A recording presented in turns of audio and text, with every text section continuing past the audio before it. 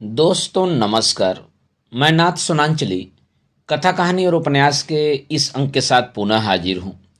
दोस्तों, इस समय हम लोग सुन रहे हैं प्रेमचंद की लिखी हुई कुछ श्रेष्ठ कहानियों का वाचन। इस कड़ी में आज लीजिए सुनिए प्रेमचंद की लिखी हुई मानसरोवर भाग 8 से एक कहानी मूठ का वाचन मेरे अर्थात नाथ सोनांचली के स्वर में। डॉक्टर जयपाल ने प्रथम श्रेणी की सनद पाई थी, पर इसे भाग ही कहिए या व्यवसायिक सिद्धांतों का ज्ञान कि उन्हें अपने व्यवसाय में कभी उन्नत अवस्था न मिली। उनका घर सकरी गली में था, पर उनके जी में खुली जगह में घर लेने का विचार तक न उठा। औषधालय की अलमारियां, शीशियां और डॉक्टरी यंत्र आदि भी साफ सुथरे न थे। मितव्ययिता के सिद्धांत का वह अपनी घरेलू बातों में भी बहुत ध्यान रखते थे। लड़का जवान हो गया था, पर अभी उसकी शिक्षा का प्रश्न सामने न आया था। सोचते थे कि इतने दिनों तक पुस्तकों से सर मारकर मैंने ऐसी कौन सी बड़ी संपत्ति पा ली जो उसके पढ़ाने लिखाने में हजारों रुपए बर्बाद करूं। उसकी पत्नी अहिल्या धैर्यवान महिला थी, पर डॉक्टर साहब ने उसके इन गुणों पर इतना बोझ रख दिया था कि उसकी कमर भी झुक गई थी। माँ भी जीवित थी, पर गंगा स्नान के लिए तरस तरस कर रह जाती थी। दूसरे पवित्र स्थानों की यात्रा की चर्चा ही क्या। इस क्रूर मितव्ययिता का परिणाम यह था कि इस घर में सुख और शांति का नाम न था। अगर कोई मद फुटहल थी तो वह बुढ़िया महरी जगिया थी। उसने डॉक्टर साहब को गोद में खिलाया था और उसे इस घर से ऐसा प्रेम हो गया था कि सब प्रकार की कठिनाइयां झेलती थी, पर टलने का नाम न लेती थी। डॉक्टर साहब डॉक्टरी आय की कमी को कपड़े और शक्कर के कारखाने में हिस्से लेकर पूरा करते थे। आज संयोगवश बंबई के कारखाने ने उनके पास वार्षिक लाभ के 750 रुपये भेजे। डॉक्टर साहब ने बीमा खोला, नोट गिने, डाकिये को विदा किया, पर डाकिये के पास रुपए अधिक थे।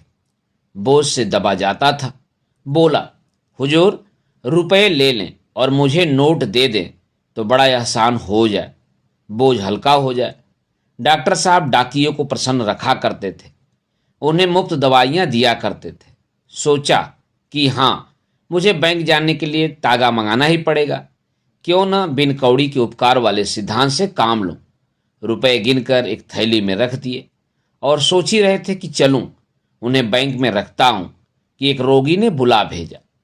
ऐसे अवसर यहाँ कदाचित ही आते थे। यद्यपि डॉक्टर साहब को बक्स पर भरोसा न था, पर विवश होकर थैली बक्स में रखी और रोगी को देखने चले गए। वहां से लौटे तो 3 बज चुके थे। बैंक बंद हो चुका था। आज रुपए किसी तरह जमा न हो सकते थे। प्रतिदिन की भांति औषधालय में बैठ गए। 8 बजे रात को जब घर के भीतर जाने लगे तो थैली को घर ले जाने के लिए बक्स से निकाला। थैली कुछ हल्की जान पड़ी।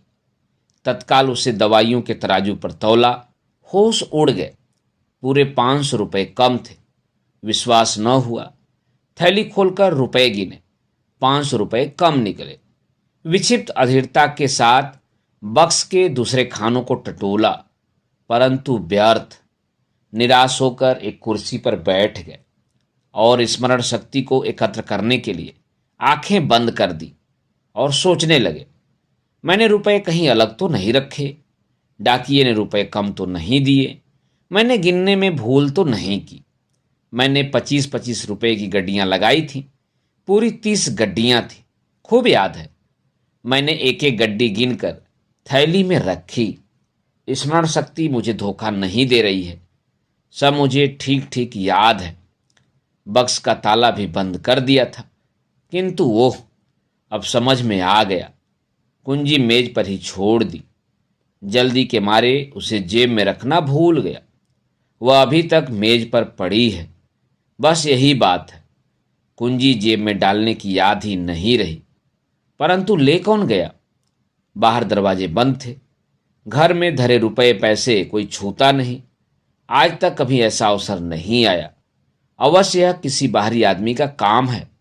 हो सकता है कि कोई दरवाजा खुला रह गया हो, कोई दवा लेने आया हो, कुंजी मेज पर पड़ी देखी हो और बक्स खोल कर रुपए निकाल लिए हों। इसी से मैं रुपए नहीं लिया करता। कौन ठिकाना डाकिए की ही करतूत हो। बहुत संभव है उसने मुझे बक्स में थैली रखते देखा था।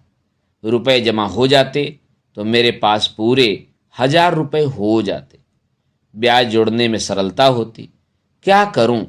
पुलिस को खबर दूं? व्यर्थ बैठे बिठाए उलझन मोल लेनी है।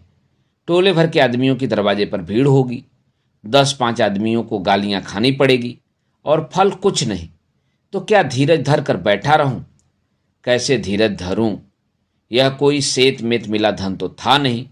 हराम की कौड़ी होती तो समझता कि जैसे आई वैसे गई। यहाँ एक एक पैसा अपने पसीने का है। मैं जो इतनी मितव्ययिता से रहता हूँ, इतने कष्ट से रहता हूँ, कंजूस प्रसिद्ध हूँ, घर के आवश्यक व्यय में भी काट छाट करता हूँ। क्या इसीलिए कि किसी उचक्के के लिए मनोरंजन का सामान जुटाऊं?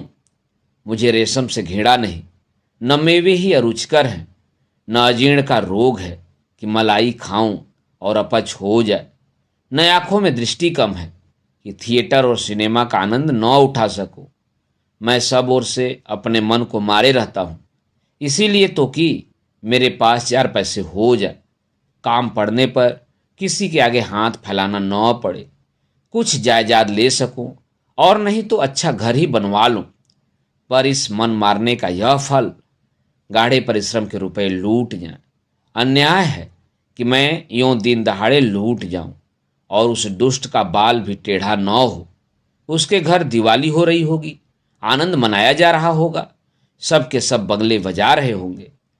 डॉक्टर साहब बदला लेने के लिए व्याकुल हो गए। मैंने कभी किसी फकीर को, किसी साधु को दरवाजे पर खड़ा होने नहीं दिया। अनेक बार चाहने पर भी मैंने कभी मित्रों को अपने यहाँ निमंत्रित नहीं किया। कुटुंबियों और संबंधियों से सदा बचता रहा। क्या इसीलिए उसका पता लग जाता तो मैं एक विषैली सुई से उसके जीवन का अंत कर देता? किंतु कोई उपाय नहीं है। जुलाहे का गुस्सा दाढ़ी पर। गुप्त पुलिस वाले भी बस नाम ही के हैं, पता लगाने की योग्यता नहीं। इनकी सारी अक्ल राजनीतिक व्याख्यानों और झूठी रिपोर्टों के लिखने में समाप्त हो जाती है। किसी मेस्मेरिज्म जानने वाले के पास चलूं, वह इस उलझन को सुलझा सकता है। सुनता हूं यूरोप और अमेरिका में बहुधा चोरियों का पता इसी उपाय से लग जाता है। पर यहाँ ऐसा मेस्मेरिज्म का पंडित कौन है? और फिर मेस्मेरिज्म के उत्तर सदा विश्वसनीय नहीं होते। ज्योतिषियों के समान वे भी अनुमान और अटकल के अनंत सागर में डुबकियां लगाने लगते हैं। कुछ लोग नाम भी तो निकालते हैं। मैंने कभी उन कहानियों पर विश्वास नहीं किया, परंतु कुछ न कुछ इसमें तत्व है अवश्य। नहीं तो इस प्रकृति उपासना के युग में इनका अस्तित्व ही न रहता। आजकल के विद्वान भी तो आत्मिक बल का लोहा मानते जाते हैं। पर मान लो किसी के नाम बदला दिया तो मेरे हाथ में बदला चुकाने का कौन सा उपाय है? अंतर्ज्ञान साक्षी का काम नहीं दे सकता। एक क्षण के लिए मेरे जी को शांति मिल जाने के सिवाय और इनसे क्या लाभ है? हाँ, खूब याद आया। नदी की ओर जाते हुए वह जो एक ओझा बैठता है, उसके कर्तव्य की कहानियां प्रायः सुनने में आती हैं। सुनता हूं गए हुए धन का पता बतला देता है, रोगियों को बात की बात में चंगा कर देता है, चोरी के माल का पता लगा लेता है, मूठ चलाता है। मूठ की बड़ी बड़ाई सुनी है। मूठ चली और चोर के मुंह से रक्त जारी हुआ। जब तक वह माल न लौटा दे रक्त बंद नहीं होता। यह निशाना बैठ जाए तो मेरी हार्दिक इच्छा पूरी हो जाए। मुंह मांगा फल पाऊंगा, रुपए भी मिल जाए, चोर को शिक्षा भी मिल जाए। उसके यहाँ सदा लोगों की भीड़ लगी रहती है। इसमें कुछ कर्तव्य न होता तो इतने लोग क्यों जमा होते? उसकी मुखाकृति से एक प्रतिभा बरसती है। आजकल के शिक्षित लोगों को तो इन बातों पर विश्वास नहीं है, पर नीच और मूर्ख मंडली में उसकी बहुत चर्चा है। भूत प्रेत आदि की कहानियां प्रतिदिन ही सुना करता हूं। क्यों न उसी ओझे के पास चलूं? मान लो कोई लाभ न हुआ तो हानि ही क्या हो सकती है? जहां 500 गए हैं, 2-4 रुपए का खून और सही। यह समय भी अच्छा है, भीड़ कम होगी, चलना चाहिए। जी मैं यह निश्चय करके डॉक्टर साहब उस ओझे के घर की ओर चले। जाड़े की रात थी, 9 बज गए थे। रास्ता लगभग बंद हो गया था। कभी कभी घरों से रामायण की ध्वनि कानों में आ जाती थी। कुछ देर के बाद बिल्कुल सन्नाटा हो गया। रास्ते के दोनों ओर हरे भरे खेत थे। सियारों का हुआना सुन पड़ता था। जान पड़ता है इनका दल कहीं पास ही है। डॉक्टर साहब को प्रायः दूर से ही इनका सुरीला स्वर सुनने को सौभाग्य मिला था, पास से सुनने का नहीं। इस समय इस सन्नाटे में और इतने पास से उनका चीखना सुनकर उन्हें डर लगा। कई बार अपनी छड़ी धरती पर पटकी, पैर धमधमाए। सियार बड़े डरपोक होते हैं, आदमी के पास नहीं आते। पर फिर संदेह हुआ, कहीं इनमें कोई पागल हो तो? उसका काटा तो बचता ही नहीं। यह संदेह होते ही कीटाणु, बैक्टीरिया, पास्टियर इंस्टीट्यूट और कसौली की याद उनके मस्तिष्क में चक्कर काटने लगी। वह जल्दी जल्दी पैर बढ़ाए चले जाते थे। एकाएक जी में विचार आया, कहीं मेरे ही घर में किसी ने रुपए उठा लिए हों तो? वे तत्काल ठिठक गए, पर एक ही क्षण में उन्होंने इसका भी निर्णय कर लिया। क्या हर्ज है, घर वालों को तो और भी कड़ा दंड मिलना चाहिए। चोर की मेरे साथ सहानुभूति नहीं हो सकती, पर घर वालों के सहानुभूति का मैं अधिकारी हूं। उन्हें जानना चाहिए कि मैं जो कुछ करता हूं उन्हीं के लिए करता हूं। रात दिन मरता हूं तो उन्हीं के लिए मरता हूं। यदि इस पर भी वे मुझे यूं धोखा देने के लिए तैयार हों तो उनसे अधिक कृतज्ञ, उनसे अधिक अकृतज्ञ, उनसे अधिक निर्दय और कौन होगा। उन्हें और भी कड़ा दंड मिलना चाहिए, इतना कड़ा, इतना शिक्षाप्रद कि फिर कभी किसी को ऐसा करने का साहस न हो। अंत में वे ओझे के घर के पास पहुंचे। लोगों की भीड़ न थी। उन्हें बड़ा संतोष हुआ। हाँ, उनकी चाल कुछ धीमी पड़ गई। फिर जी में सोचा, कहीं यह सब ढकोसला ही ढकोसला हो तो व्यर्थ लज्जित होना पड़े। जो सुने मूर्ख बनाए। कदाचित ओझा ही मुझे तुच्छ बुद्धि समझे। पर अब तो आ गया, यह तजुर्बा भी हो जाए, और कुछ न होगा तो जांच ही सही। ओझा का नाम बुद्धू था। लोग चौधरी कहते थे। जाति का चमार था। छोटा सा घर और वो भी गंदा। छप्पर इतनी नीची थी कि झुकने पर भी सिर में टक्कर लगने का डर लगा रहता था। दरवाजे पर एक नीम का पेड़ था, उसके नीचे एक चौरा। नीम के पेड़ पर एक झंडी लहराती थी। चौरा पर मिट्टी के सैकड़ों हाथी सिंदूर से रंगे हुए खड़े थे। कई लोहे के नोकदार त्रिशूल भी गड़े थे, जो मानो इन मंदगति हाथियों के लिए अंकुश का काम दे रहे थे। 10 बजे थे। बुद्धू चौधरी, जो एक काले रंग का तोदीला और रोबदार आदमी था, एक फटे हुए टाट पर बैठा नारियल पी रहा था। बोतल और गिलास भी सामने रखे हुए थे। बुद्धू ने डॉक्टर साहब को देखकर तुरंत बोतल छिपा दी और नीचे उतरकर सलाम किया। घर से एक बुढ़िया ने मोढ़ा लाकर उनके लिए रख दिया। डॉक्टर साहब ने कुछ झेपते हुए सारी घटना कह सुनाई। बुद्धू ने कहा, हुजूर, यह कौन सा बड़ा काम है। अभी इसी इतवार को दरोगा जी की घड़ी चोरी हो गई थी। बहुत कुछ तहकीकात की, पता न चला। मुझे बुलाया, मैंने बात की बात में पता लगा लिया। 5 रुपए इनाम दिए। कल की बात है, जमादार साहब की घोड़ी खो गई थी। चारों तरफ दौड़ते फिरते थे। मैंने ऐसा पता बता दिया कि घोड़ी चरती हुई मिल गई। इसी विद्या की बदौलत हुजूर हुक्काम सभी मानते हैं। डॉक्टर को दरोगा और जमादार की चर्चा न रुची। इन सब गवारों की आंखों में जो कुछ है वह दरोगा और जमादार ही हैं। बोले, मैं केवल चोरी का पता लगाना नहीं चाहता, मैं चोर को सजा देना चाहता हूं। बुद्धू ने एक क्षण के लिए आंखें बंद की, जम्हाइयां ली, चुटकियां बजाईं और फिर कहा, यह घर के ही किसी आदमी का काम है। डॉक्टर, कुछ परवाह नहीं, कोई हो। बुढ़िया, पीछे से कोई बात बने या बिगड़ेगी तो हुजूर हम ही को बुरा कहेंगे। डॉक्टर, इसकी तुम कुछ चिंता न करो, मैंने खूब सोच विचार लिया है। बल्कि अगर घर के किसी आदमी की शरारत है तो मैं उसके साथ और भी कड़ाई करना चाहता हूं। बाहर का आदमी मेरे साथ छल करे तो क्षमा के योग्य है, पर घर के आदमी को मैं किसी प्रकार क्षमा नहीं कर सकता। बुद्धू, तो हुजूर क्या चाहते हैं? डॉक्टर, बस यही कि मेरे रुपए मिल जाएं और चोर किसी बड़े कष्ट में पड़ जाए। बुद्धू, मुठ चला दूं? बुढ़िया, ना बेटा, मुठ के पास न जाना, न जाने कैसी पड़े कैसी न पड़े। डॉक्टर, तुम मुठ चला दो, इसका जो कुछ मेहनताना और इनाम हो मैं देने को तैयार हूं। बुढ़िया, बेटा, मैं फिर कहती हूं, मुठ के फेर में मत पड़। कोई जोखिम की बात आ पड़ेगी तो वहीं बाबूजी फिर तेरे सिर होंगे और तेरे बनाए कुछ न बनेगी। क्या जानता नहीं मुठ का उतार कितना कठिन है? बुद्धू, हाँ बाबूजी, फिर एक बार अच्छी तरह सोच लीजिए। मुठ तो मैं चला दूंगा, लेकिन उसको उतारने का जिम्मा मैं नहीं ले सकता। डॉक्टर, अभी कह तो दिया, मैं तुमसे उतारने को न कहूंगा, चलाओ भी तो। बुद्धू ने आवश्यक सामान की एक लंबी तालिका बनाई। डॉक्टर साहब ने सामान की अपेक्षा रुपए देना अधिक उचित समझा। बुद्धू राजी हो गया। डॉक्टर साहब चलते चलते बोले, ऐसा मंत्र चलाओ कि सवेरा होते होते चोर मेरे सामने माल लिए हुए आ जाए। बुद्धू ने कहा, आप निशा खातिर रहें। डॉक्टर साहब वहां से चले तो 11 बजे थे। जाड़े की रात, कड़ाके की ठंड थी। उनकी माँ और स्त्री दोनों बैठी हुई उनकी राह देख रही थी। उन्होंने जी को बहलाने के लिए बीच में एक अंगीठी रख ली थी, जिसका प्रभाव शरीर की अपेक्षा विचार पर अधिक पड़ता था। यहाँ कोयला विलासी पदार्थ समझा जाता था। बुढ़िया महरी जगिया वहीं फटा टाट का टुकड़ा ओढ़े पड़ी थी। वह बार बार उठकर अपनी अंधेरी कोठरी में जाती, आले पर कुछ टटोल कर देखती और फिर अपनी जगह पर आकर पड़ रहती।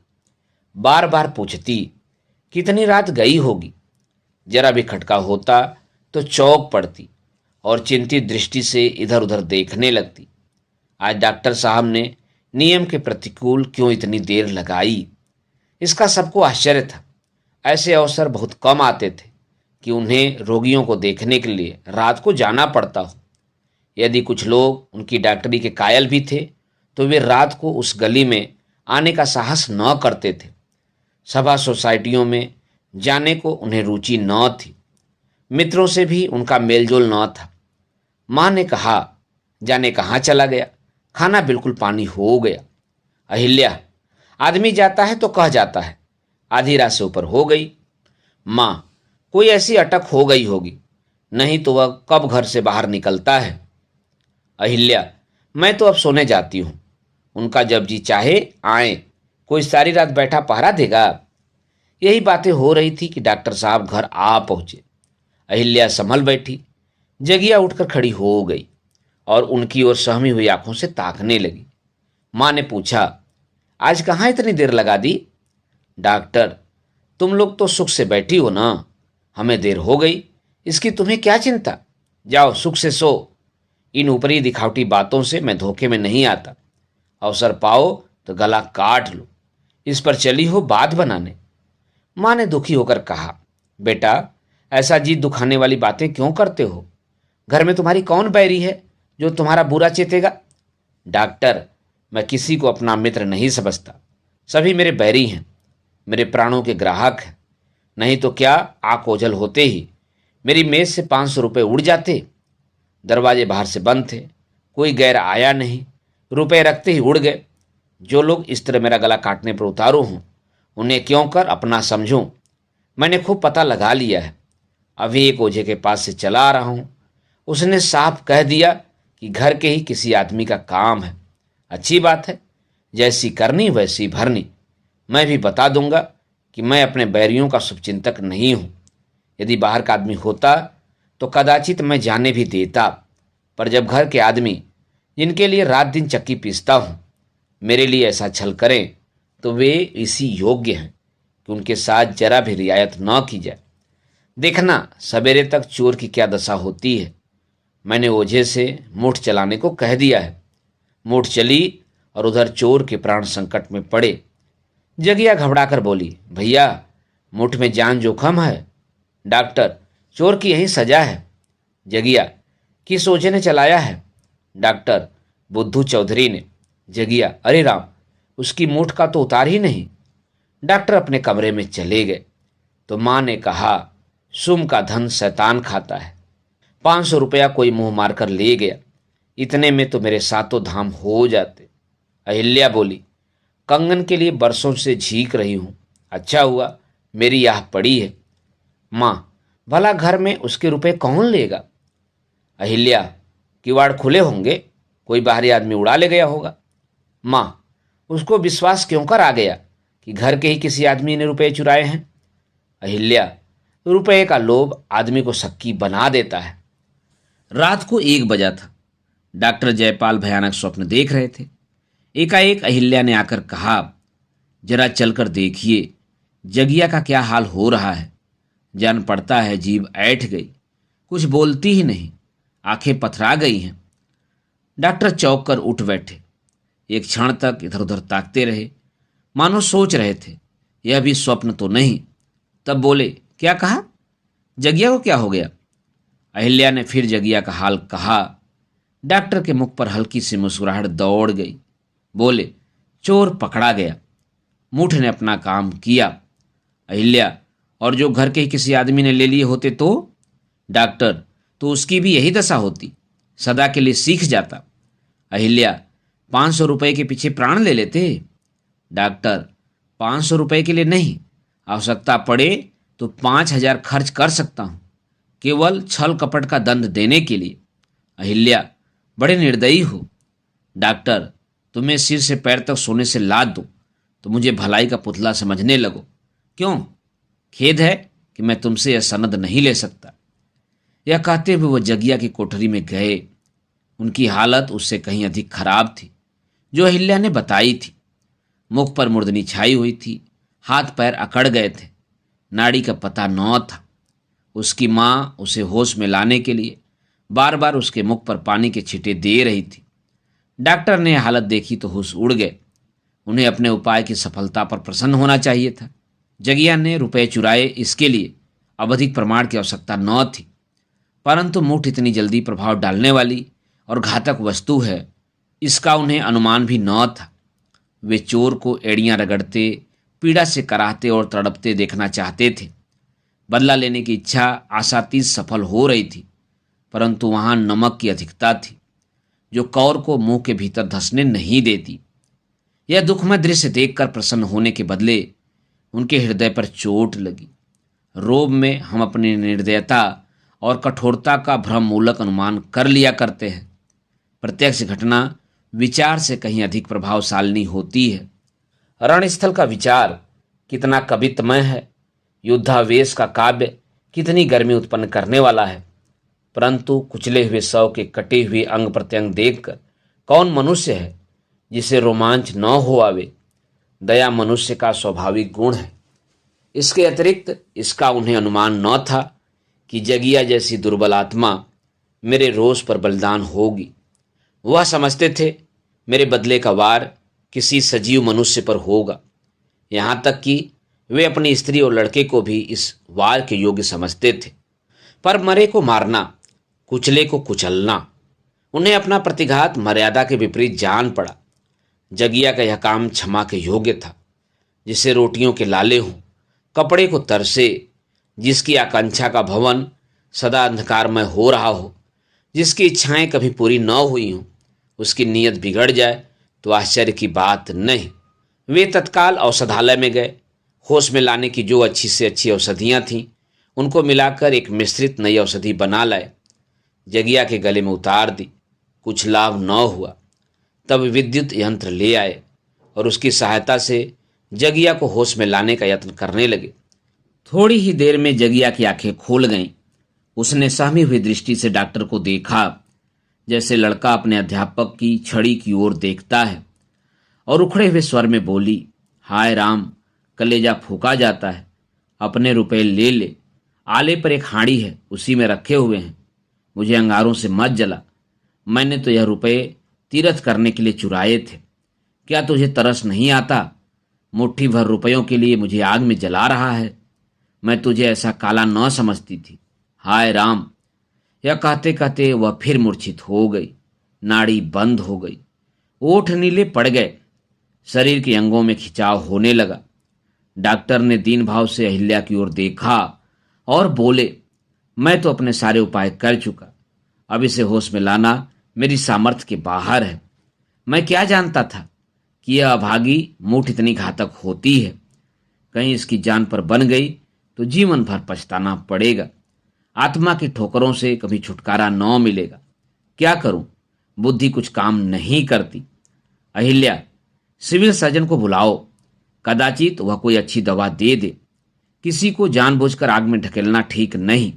डॉक्टर, सिविल सर्जन इससे अधिक और कुछ नहीं कर सकता जो मैं कर चुका। हर घड़ी इसकी दशा और गिरती जाती है। न जाने हत्यारे ने कौन सा मंत्र चला दिया। उसकी मां मुझे बहुत समझाती रही, पर मैंने क्रोध में उसकी बातों की जरा भी परवाह न की। मां, बेटा, तुम उसी को बुलाओ जिसने मंत्र चलाया है। पर क्या किया जाएगा, कहीं मर गई तो हत्या सिर पर पड़ेगी, कुटुंब को सदा सताएगी। 2 बज रहे थे। ठंडी हवा हड्डियों में चुभी जाती थी। डॉक्टर लंबे पांव बुद्धू चौधरी की घर की ओर चले जाते थे। इधर उधर व्यर्थ आंखें दौड़ाते थे कि कोई इक्का या तागा मिल जाए। उन्हें मालूम होता था कि बुद्धू का घर बहुत दूर हो गया। कई बार धोखा हुआ, कहीं रास्ता तो नहीं भूल गया। कई बार इधर आया हूं, यह बाग तो कभी नहीं मिला। लेटर बक्स भी सड़क पर कभी नहीं देखा। यह पुल तो कदापि न था। अवश्य राह भूल गया। किससे पूछूं। वे अपनी स्मरण शक्ति पर झुलाए और उसी ओर थोड़ी दूर तक दौड़े। पता नहीं दुष्ट इस समय मिलेगा भी या नहीं। शराब में मस्त पड़ा होगा। कहीं इधर बेचारी चल न बसी हो। कई बार इधर उधर घूम जाने का विचार हुआ, पर अंतः प्रेरणा ने सीधी राह से हटने न दिया। यहां तक कि बुद्धू का घर दिखाई पड़ा। डॉक्टर जयपाल की जान में जान आई। बुद्धू के दरवाजे पर जाकर जोर से कुंडी खटखटाई। भीतर से कुत्ते ने असभ्यतापूर्ण उत्तर दिया, पर किसी आदमी का शब्द न सुनाई दिया। फिर जोर जोर से किवाड़ खटखटाए। कुत्ता और भी तेज पड़ा। बुढ़िया की नींद टूटी। बोली, यह कौन इतनी रात गए किवाड़ तोड़े डालता है? डॉक्टर, मैं हूं, जो कुछ देर हुई तुम्हारे पास आया था। बुढ़िया ने बोली पहचानी, समझ गई इनके घर के किसी आदमी पर विपत पड़ी, नहीं तो इतनी रात गए क्यों आते। पर अभी तो बुद्धू ने मुठ चलाई नहीं। उसका असर क्यों कर हुआ। समझाती थी तब न माने। खूब फंसे। उठकर कुप्पी जलाई और उसे लिए बाहर निकली। डॉक्टर साहब ने पूछा, बुद्धू चौधरी सो रहे हैं? जरा उन्हें जगा दो। बुढ़िया, न बाबूजी, इस बखत मैं न जगाऊंगी, मुझे कच्चा ही खा जाएगा। रात को लाट साहब भी आवें तो नहीं उठता। डॉक्टर साहब ने थोड़े शब्दों में पूरी घटना कह सुनाई और बड़ी नम्रता के साथ कहा कि बुद्धू को जगा दे। इतने में बुद्धू अपने ही आप बाहर निकल आया और आंखें मलता हुआ बोला, कहिए बाबूजी, क्या हुक्म है? बुढ़िया ने चिढ़कर कहा, तेरी नींद आज कैसे खुल गई? मैं जगाने गई होती तो मारने उठता। डॉक्टर, मैंने सब माजरा बुढ़िया से कह दिया है, इसी से पूछो। बुढ़िया, कुछ नहीं, तूने मुठ चलाई थी, रुपए इनके घर की महरी ने ले लिए हैं, अब उसका अब तब हो रहा है। डॉक्टर, बेचारी मर रही है, कुछ ऐसा उपाय करो कि उसके प्राण बच जाएं। बुद्धू, यह तो आपने बुरी खबर सुनाई, मुठ का फिरना सहज नहीं है। बुढ़िया, बेटा, जान जोखिम में है, क्या तू जानता नहीं?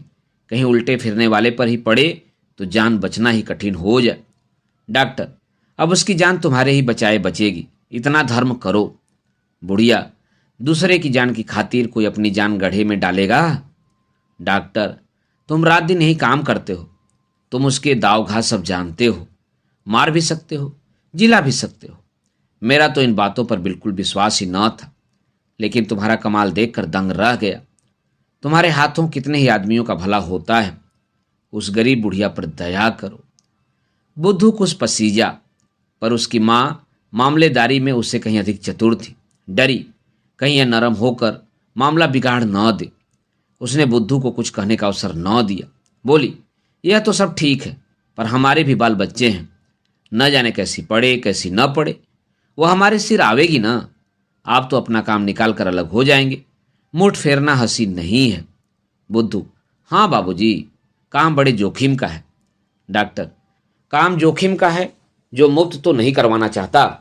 बुढ़िया, आप बहुत देंगे, 150 रुपये देंगे, इतने में हम कई दिन तक खाएंगे। मुठ फेरना, सांप के बिल में हाथ डालना है, आग में कूदना है। भगवान की ऐसी ही निगाह हो तो जान बचती है। डॉक्टर, तो माता जी, मैं तुमसे बाहर तो नहीं होता।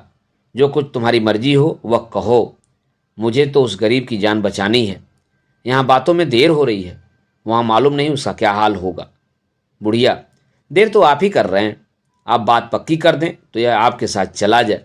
आपकी खातिर यह जोखिम अपने सिर ले रही हूँ। दूसरा होता तो झट इनकार कर जाती। आपके मुलाहजे में पड़कर जानबूझकर जहर पी रही हूँ। डॉक्टर साहब को एक क्षण एक वर्ष जान पड़ रहा था। बुद्धू को उसी समय अपने साथ ले जाना चाहते थे। कहीं उसका दम निकल गया तो यह जाकर क्या बनाएगा। उस समय उनकी आंखों में रुपये का कोई मूल्य न था। केवल यही चिंता थी कि जगिया मौत के मुंह से निकल आए। जिस रुपये पर वह अपनी आवश्यकताएं और घर वालों की आकांक्षाएं निछावर करते, उसे दया के आवेश ने बिल्कुल तुच्छ बना दिया था। बोले, तुम ही बतलाओ, अब मैं क्या करूं? पर जो कुछ कहना हो झटपट कह दो। बुढ़िया, अच्छा तो 500 रुपये दीजिए, इससे कम में काम न होगा। बुद्धू ने माँ की ओर आश्चर्य से देखा और डॉक्टर साहब मूर्छित से हो गए। निराशा से बोले, इतना मेरे बूते के बाहर है। जान पड़ता है उसके भाग में मरना ही बदा है। बुढ़िया, तो जाने दीजिए, हमें अपनी जान भार थोड़े ही है। हमने तो आपके मुलाहिजे में इस काम का बीड़ा उठाया था। जाओ बुद्धू, सो। डॉक्टर, बूढ़ी माता, इतनी निर्दयता न करो। आदमी का काम आदमी से निकलता है। बुद्धू, नहीं बाबूजी, मैं हर तरह से आपका काम करने को तैयार हूं। इसने 500 कहे, आप कुछ कम कर दीजिए। हाँ, जोखिम का ध्यान रखिएगा। बुढ़िया, तू जाके सोता क्यों नहीं? इन्हें रुपए प्यारे हैं तो क्या तुझे अपनी जान प्यारी नहीं है? कल को लहू थूकने लगेगा तो कुछ बनाए न बनेगी। बाल बच्चों को किस पर छोड़ेगा? है घर में कुछ? डॉक्टर साहब ने संकोच करते हुए 250 रुपये कहे। बुद्धू राजी हो गया। मामला तय हुआ। डॉक्टर साहब उसे साथ लेकर घर की ओर चले। उन्हें ऐसी आत्मिक प्रसन्नता कभी न मिली थी। हारा हुआ मुकदमा जीतकर अदालत से लौटने वाला मुकदमेबाज भी इतना प्रसन्न न होगा। लपके चले जाते थे।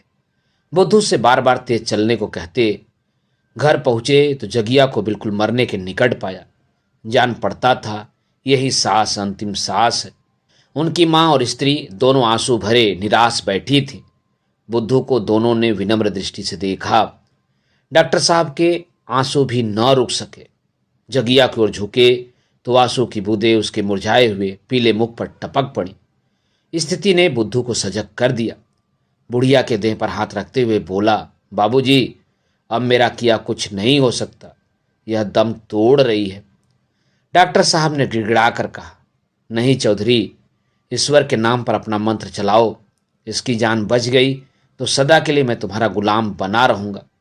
बुद्धू, आप मुझे जानबूझकर जहर खाने को कहते हैं। मुझे मालूम न था कि मूठ के देवता इस बखत इतने गर्म हैं। वह मेरे मन में बैठे कह रहे हैं, तुमने हमारा शिकार छीना तो हम तुम्हें निगल जाएंगे। डॉक्टर, देवता को किसी तरह राजी कर लो। बुद्धू, राजी करना बड़ा कठिन है।